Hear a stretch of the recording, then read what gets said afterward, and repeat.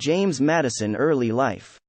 James Madison was a founding father of the United States and the fourth President of the United States, serving from 1809 to 1817. The Virginia-born Madison, an advocate for strong federal government, wrote the first drafts of the United States Constitution and the Bill of Rights, earning him the moniker, Father of the Constitution. Madison and Thomas Jefferson established the Democratic-Republican Party in 1792, which has been referred to as America's first opposition political party. Madison served as Secretary of State under Jefferson, the third President of the United States. In this capacity, he handled the French purchase of Louisiana in 1803. Madison led the United States into the contentious War of 1812 against Great Britain during his presidency. Madison retreated to his Virginia property, Montpelier, with his wife Dolly after serving 2 terms in the White House. James Madison. The early years.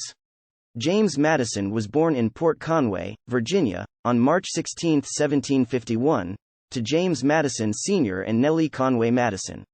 Madison was the oldest of 12 children raised on the family plantation, Montpelier, in Orange County, Virginia. Madison left Montpelier at the age of 18 to attend the College of New Jersey, which is now Princeton University. Following graduation, Madison became interested in the volatile relationship between the American colonies and Britain, which had erupted over the subject of British taxation. Madison was chosen a colonel in the Orange County Militia when Virginia began preparing for the American Revolutionary War. He was little in physique and ill, and he quickly abandoned a military career in favor of a political one. He represented Orange County at the Virginia Constitution Convention in 1776, which established a new state government independent of British power. Madison met his lifelong friend Thomas Jefferson, author of the Declaration of Independence and the third President of the United States, while working in the Virginia Assembly. As a politician, Madison frequently battled for religious freedom, thinking it was a natural right. Madison was elected as a delegate from Virginia to the Continental Congress in Philadelphia in 1780. He resigned from Congress in 1783 to return to the Virginia Assembly and work on a religious freedom bill, though he was quickly summoned back to Congress to assist in the creation of a new constitution. Following the colony's declaration of independence from Britain in 1776, the Articles of Confederation were drafted as the United States' first constitution. The Articles of Confederation were established in 1781, and they delegated the majority of power to each state legislatures, which behaved more like individual countries than a union.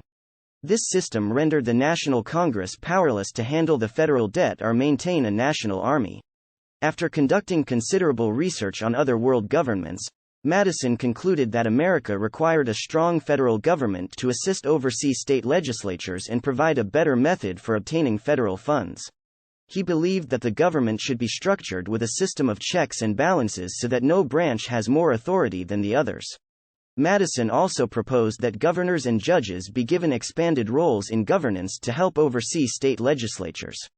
Delegates from each state met in Philadelphia in May 1787 for the Constitutional Convention, and Madison was able to offer his ideas for a successful government structure in his Virginia Plan. The plan defined a government with 3 branches: legislative, executive, and judicial. This design would serve as the foundation for the United States Constitution. Madison took extensive notes during the convention arguments, which helped develop the United States Constitution and earned him the title, Father of the Constitution. The new Constitution had to be ratified by 9 of the 13 states after it was written. This was a difficult process since many states believed the Constitution granted the federal government far too much power. Federalists were supporters of the Constitution, while anti-federalists were opponents. Madison was an active participant in the ratification process and published several essays demonstrating his support for the Constitution. His thoughts, along with those of other supporters, were published anonymously under the title, The Federalist, a collection of 85 essays published between 1787 and 1788.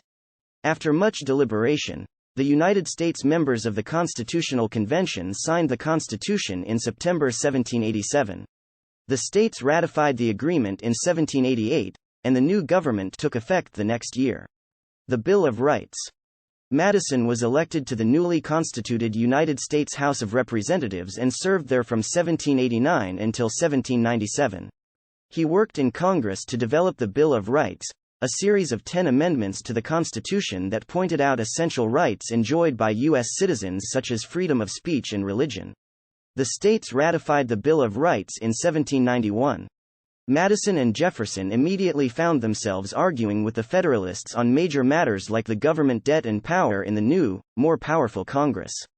For example, the two men supported states' rights and rejected Federalist leader Alexander Hamilton's proposal for the Bank of the United States.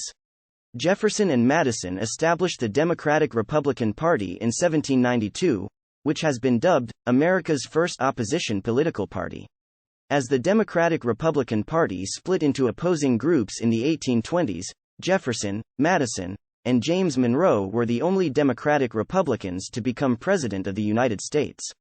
James Madison becomes Secretary of State. Madison's friendship with Jefferson would flourish over the years. Madison was named Secretary of State by Jefferson, the third President of the United States. In this capacity, Madison assisted in the acquisition of the Louisiana Territory from the French in 1803. The Louisiana Purchase effectively doubled America's size. Madison and Jefferson imposed an embargo on all trade with Britain and France in 1807. The two European countries were at war, and in response to America's neutrality, they began assaulting American ships at sea. The embargo, however, harmed America and its merchants and seamen more than Europe, which did not require American commodities. Jefferson lifted the embargo as he left office in 1809. In 1809, James Madison was elected the fourth President of the United States. Let us know what you think in the comments. Thanks for watching and don't forget to subscribe to not miss any future videos.